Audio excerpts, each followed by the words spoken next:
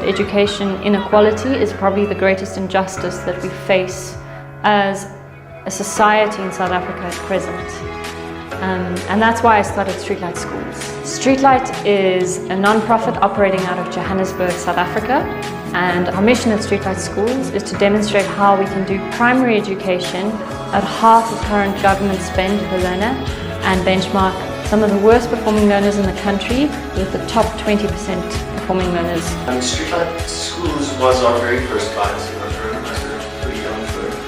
And their initial brief was to create an educational space that had a zero budget, so our main concern was actually just to create a very friendly, usable space. Their educational model is pretty progressive, meaning that the spaces they need would also have to be able to adapt to how they teach their kids. Them not having any budget, phase one was a complete experiment in how to reuse materials found within Jamestown.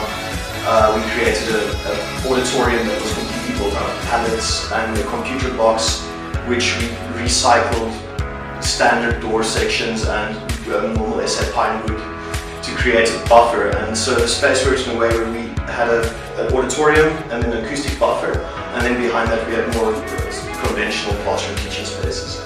And that was the first phase of our project. The overarching logic behind all the spaces, meaning that, as I explained, we actually have a central space. Now the central space is divided up into three components.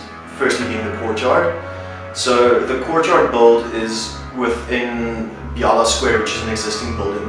It has the residences at the top and then the school is at the bottom. And the courtyard looks out onto Jeppe Park, which is why it's called Jeppe Park Primary.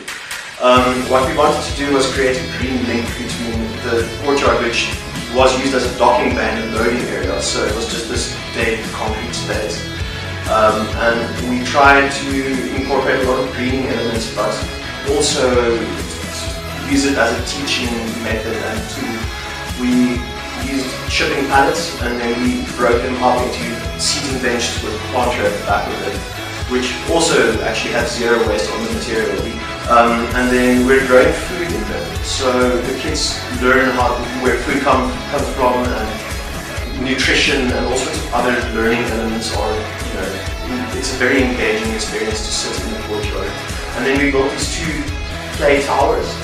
And the play towers themselves, we were looking at abstracting the idea of a playground, so it would not only be something you can climb on and over, but also become spatial internally and create sort of a mass object with the space in it and between it. So it's a more dynamic way of use and play.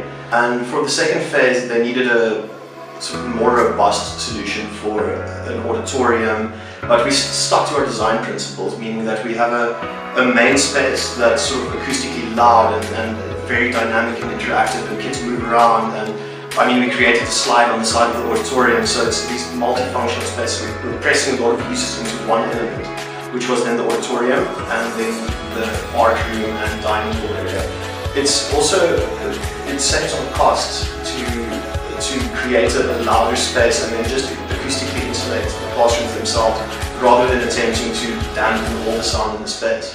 And then we ended up reusing all the material we used in the first phase. So all the pallets we used for the phase one auditorium went into creating the library and play hall space, and we just clad it. So it's literally all of it's recycled material, and now second generation recycled material. We found these buckets, and they're local and they're also quite cheap. So we thought, how can we use a known item, and it's a very known item, the steel bucket, especially within the context. And we said, how can we use known items in a surprising way to sort of open, maybe, engage with the kids' imagination and understand that you can reuse things in creative and surprising manners. What happened at the end of the day is we got a Green Star rating on the school, which is the first Green Star rated school in Africa, which is very exciting, I think.